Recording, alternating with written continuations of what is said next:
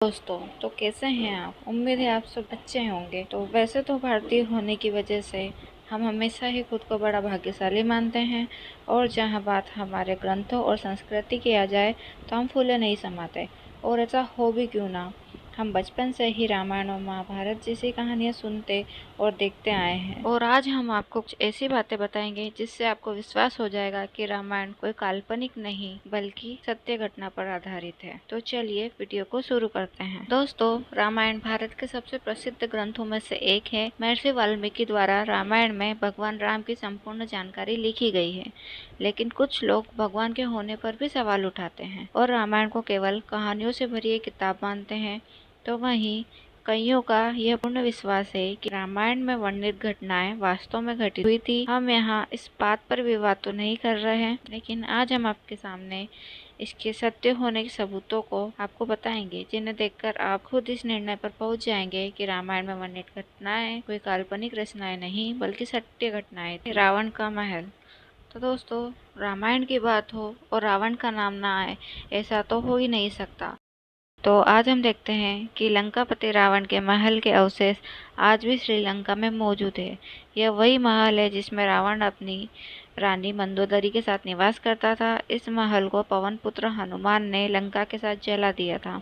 इस जले हुए महल के अवशेष आज भी देखे जा सकते हैं। दूसरा है पानी में तैरने वाले पत्थर। राम सेतु पुल के पत्थर पानी पर तैरते थे। सुनामी के बाद रामेश्वर के उन पत्थरों में से कुछ जमीन पर आ गए थे। शोधकर्ताओं के अनुसार राम सेतु को बनाने के लिए विशेष प्रकार के पत्थर का इस्तेमाल किया गया था, जिसे विज्ञान की भाषा में प्यूमाइस स्टोन कहते हैं। शोधकर्ताओं ने जब इन पत्थरों को पानी में फेंका तो यह तैर रहे थे, जबकि दूसरे पत्थर पानी में डूब जाते थे। रामेश्वर में आई सुनामी के दौरान यह पत्थर दिखाई दिए थे। आपको बता दें कि आज भी कई साधु संतों के पास तैरने वाले इस तरह के पत्थर मौजूद है। तीसरा है हनुमान गढ़ी। माना जाता है कि श्री राम की प्रतीक्षा हनुमान जी इसी स्थल पर करते थे। रामायण के अनुसार जब सीता माता का अपहरण हुआ था तो राम जी की मुलाकात हनुमान जी से हुई थी। यह एक प्राचीन हनुमान मंदिर है जिसे हनुमान गढ़ी के नाम से जाना जाता है। कहा जाता है कि लंका विजय के बाद भगवान श्री राम ने हनुमान जी को यह जगह रहने को दिया था। इसके कारण इसे हनुमान जी का घर भी कहा जाता है।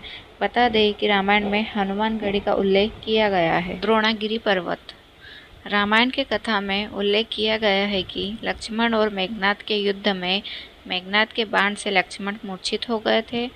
तब राजवेश सुरोन के उपाय के अनुसार द्रोणागिरी पर्वत से संजीवनी बूटी लाना था। तब हनुमान जी संजीवनी लेने द्रोणागिरी पर्वत गए थे। उन्हें संजीवनी की पहचान नहीं थी, तो उन्होंने पूरा पर्वत ले जाने का निर्णय लिया, जिसमें से संजीवनी बूटी निकालकर लक्ष्मण के प्राण की रक्षा की गई। लक्ष्मण जी के ठीक होने के बाद हनुमान जी ने द्रोणागिरी पर्वत उसी स्थान पर रख दिया। यह पर्वत आज भी श्रीलंका में मौजूद है, और जब वैज्ञानिकों ने इस पर्वत पर रिसर्च की तो पता चला कि इस पर्वत पर वही जड़ी बूटियाँ मौजूद है जो सिर्फ हिमालय पर्वत पर ही पाई जाती है। लेपाक्षी मंदिर। तो गाइस, आपको बता दें कि सीता हरण के बाद रावण माता सीता को जिस मार्ग से लंका ले जा रहे थे, उस मार्ग पर राम भक्त जटायु ने रावण को रोकने के लिए युद्ध किया, लेकिन रावण ने जटायु के दोनों पंख काट के उन्हें गंभीर रूप से घायल कर दिया था। जिसके बाद वो घायल अवस्था में श्री राम के सामने गिरे और उनकी गोद में ही अपने प्राण त्याग दिए।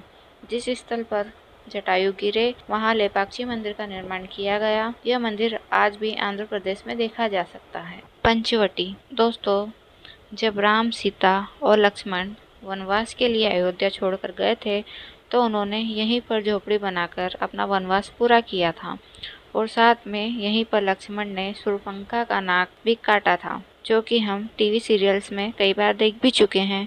यह पंचवटी तपोवन आज भी नासिक में स्थित है, और यहीं पर सीता गुफा नाम से एक गुफा भी मौजूद है। अगला है कोणेश्वर मंदिर।